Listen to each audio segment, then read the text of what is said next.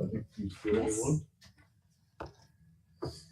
All right, was there any public comment? No. No public comment. The next item is to approve the minutes of our last meeting, which was January 27th. I'll call for a motion to approve the minutes. Moved, second. Any discussion on that motion to approve the minutes? Okay, all in favor? Aye. Against? Hearing none, that's approved.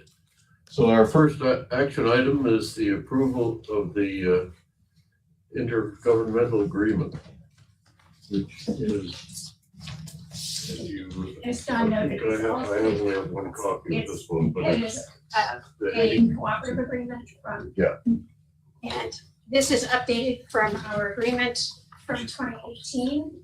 And as you know, the copy I've handed out today does not have all of the highlighting, but we've made some changes in the identification of the members of the policy and tech committees, and also in the insertion of the language requested by FTA during the parent transit triangle. So, and other than that, it's the same as it ever was.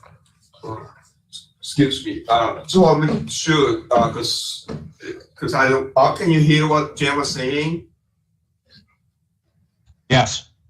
Okay, yeah, cause want to make sure it's picking up, cause just want to make sure cause there's a place also for IDOT to sign, so I just want to make sure, if you're okay with that, and yeah, any comments or anything. Yeah, you should probably have everyone else sign it before you send it to us, because it could take a little while for us to get that through. Yeah, I believe it goes to the secretary for his signature. Mm-hmm. And we're looking at Tom Caldwell's comments from last week and some materials he sent on how to avoid that and have it go through a different channel. So we'll get back to you on that. Thank you. Okay. Are there any other questions or discussion about this before I call for the motion to approve it? I guess everybody has had a copy except for this last We've been change. talking about this for about 3 months. Yeah. So David is championing. I don't know, but the rest of you probably don't get as mixed up as I do about which agreement is which. All right, hearing none, I will ask for a motion to approve the cooperative agreement for continuing transportation planning. I'll make the motion. A second? Second. Second. All in favor? Or, well, is there any more discussion first now that we have the motion? Hearing none, all in favor? Aye. Against? Right, the cooperative agreement is approved. The next item is an approval of another resolution, and this one is for the adoption of the final Illinois Department of Transportation Group Transportation Asset Management Plan, which is our agreement that involves Connect Transit and Show Bus. I think everybody has a copy of that one as well. And if I may, Mr. Chairman, just for some of you who were at the meeting last week, the technical committee, and so the resolution, there was discussion, and then we provide information and background about this particular item, and the resolution wasn't there, but we prepared subsequently just to reflect, really the history and what this is all about, and I'll also defer to Jan to if you have anything want to add, so that you know this the resolution in the resolution format. Just briefly, first of all, I asked both David and Laura to from Show Bus to look this over and make sure that it was complete from their point of view. They both said yes. And this is just set up so that it kind of, from the top down to our local interests, sort of reflects how this came to be, why it involves us, and it sort of summed up in the last couple of paragraphs. The so-called accountable executives in relation to this plan have already signed it. That's John McIntyre from the county, and of course David. And that because of that, we are sort of noticing that action and adopting it in turn, which is how IDOT wants us to do it. So here we are. And again, this is the group plan for smaller urban systems and for rural public transportation systems that the state sort of manages and does collectively. And if they are so minded, the individual agencies sign on to that, participating agencies, and then that covers them from having to do something similar independently. So that's the simplification from the state's level. Okay. Well, I appreciate the clarification. Is there anything else? Anybody else have any questions on this? Yeah, this is Bob Ennis again. This is one of our required targets. So we're asking all the MPOs around the state to pass it to their policy committee. Thank you. Thanks, Bob. All right, I'll ask for a motion then to approve this, the adoption of this plan.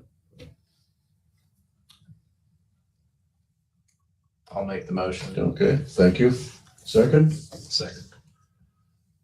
And if there's no further discussion, all in favor? Aye. Against? There are none, that motion is passed. Those are our two action items. Has anything else arisen for discussion at this meeting? If I may. Yeah. I think did I announce about the SS4A a month ago? Yes. Did we have anyone do that? I don't think so, okay. Yeah, just for the record, most of you may know that already, because we got the word, I think, like right after, like few days after our last policy committee meeting, that MCRPC has received the federal grant. This is on the SS4A, which stands for Safe Street and Roads for All. Planning grant, actual planning grant, and how I would describe it would be like a federal version of the Go Safe plan, if you recall. Like just a few years ago, we went through that process. It was IDOT funded planning process, Vision Zero, meaning zero death and major casualties from transportation or those incidents.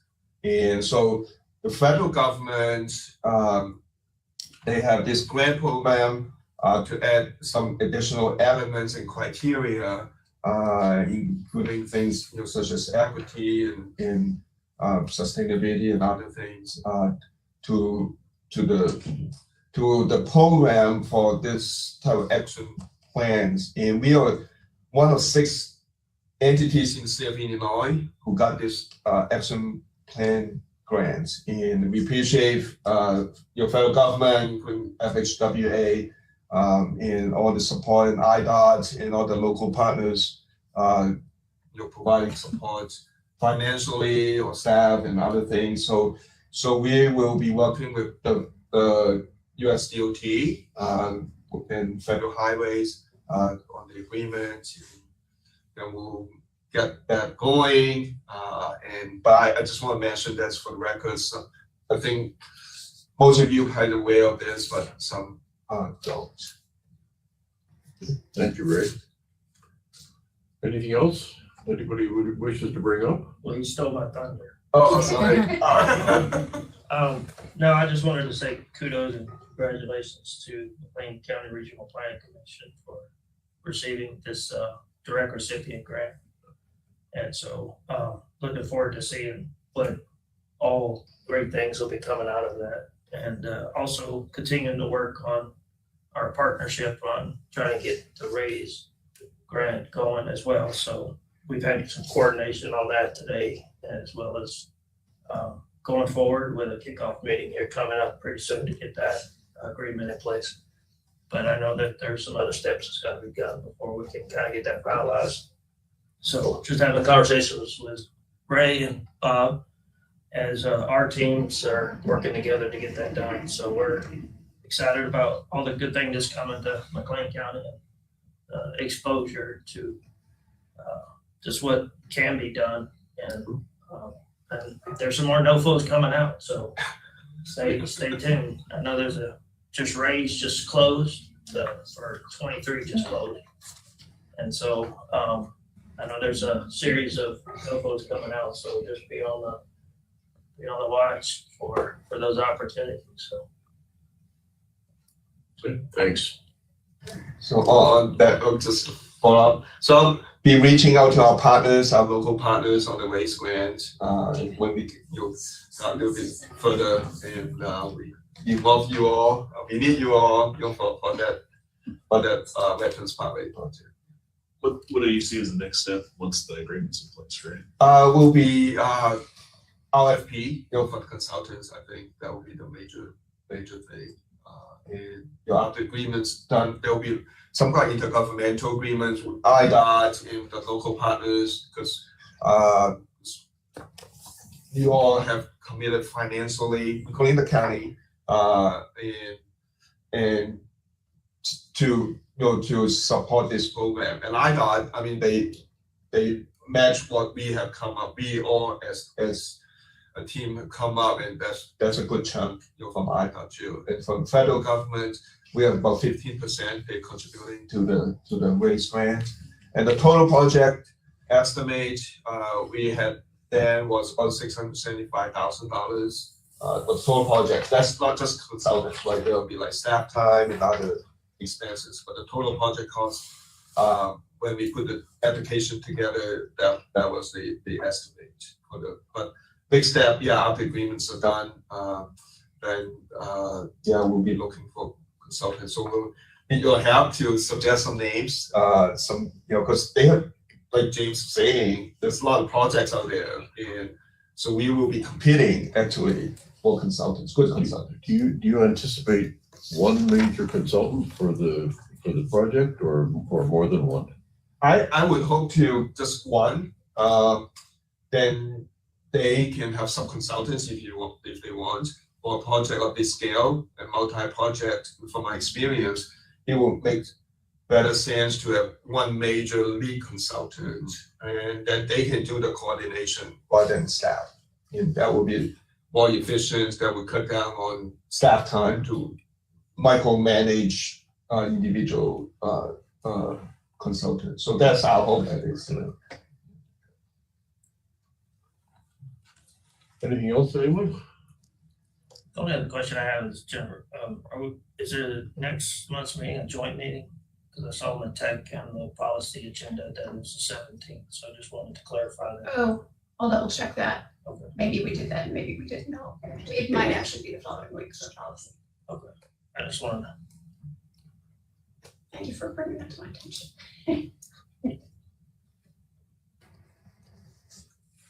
Okay, our next meeting is March 17th. Unless it's the following week. And I